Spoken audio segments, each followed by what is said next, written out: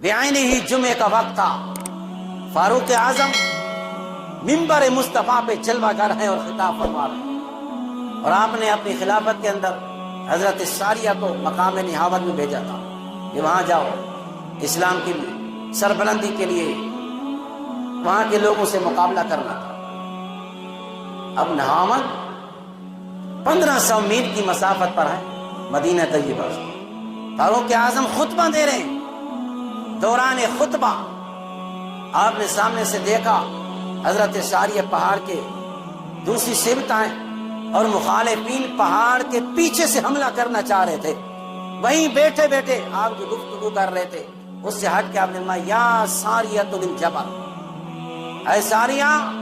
پہاڑ کی طرف متوجہ ہو، تمہارا دشمن تمہارے پر حملہ کرنے والا ہے۔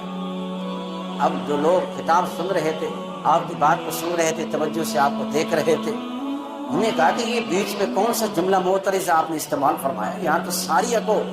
کئی دن ہو گئے ہیں جو مقام نہامت کی طرف آپ نے بھیجا ان کو، تو یہاں موجود ہی نہیں ہے، اور آپ ان کو مخاطب کرتے رہے یا ساریۃ للجبل، اے ساریہ پہاڑ کی جانب دیکھیں۔ تو صحابہ پریشان ہو گیا کہ یہ حضرت فاروق اعظم نے کس کو مخاطب کیا؟ بیچ میں موضوع کوئی اور چل رہا تھا اور بات ساریہ سے کر رہے ہیں، سمجھ نہیں آتی۔ جب حضرت ساریہ وہاں سے واپس آئے، ان سے پوچھا کہ کیا کوئی اس طرح کا جملہ آپ نے سنا ہے مقام نہامت میں؟ انہوں نے کہا کیا کہتے ہو، سننے کی تو دور کی بات ہے، اگر ہم اپنی جانوں کو بچا کے واپس لوٹے ہیں تو یہ فاروق اعظم کی اس آواز کی وجہ ہے جو ہمارے کان کے اندر پہنچی۔ اللہ، ہم تو آرام سے بیٹھے ہوئے تھے پہاڑ کی دوسری سے، اور اس تیاری کے اندر تھے، کئی دن لگ گئے ہیں اور یہ جنگ ہم سے پتہ نہیں ہو رہی، پتہ نہیں کتنے دن اور لگیں گے۔ فرماتے ہیں بس اتنی دیر ہوگی حضرت فاروق اعظم کی آواز میرے کان کے اندر پہنچی ہے اور ہم تیار ہو گئے، جو پہاڑ کے پیچھے سے ہمارے اوپر حملہ کرنے آ رہے تھے ہم نے اپنا دفاع بھی کر دیا، ان کو شکست بھی دے دی ہے، اور حضرت عمر کی آواز سے ہمیں اللہ نے فتح بھی عطا فرمایا۔ اب اس قابل غور بات ہے، 1500 میل کی مسافت،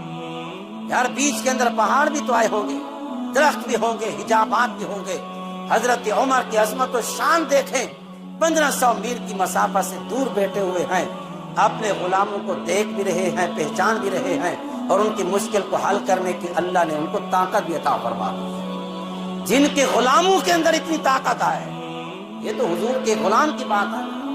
مقام نہامت کو منبر مصطفیٰ پہ بیٹھ کر دیکھ بھی سکتے ہیں اور ان تک آواز کو بھی پہنچا سکتے ہیں۔ جن کے غلام کی اتنی بڑی عظمت و شان ہے، اس عمر کے آقا محمد مصطفیٰ کی عظمت و شان اور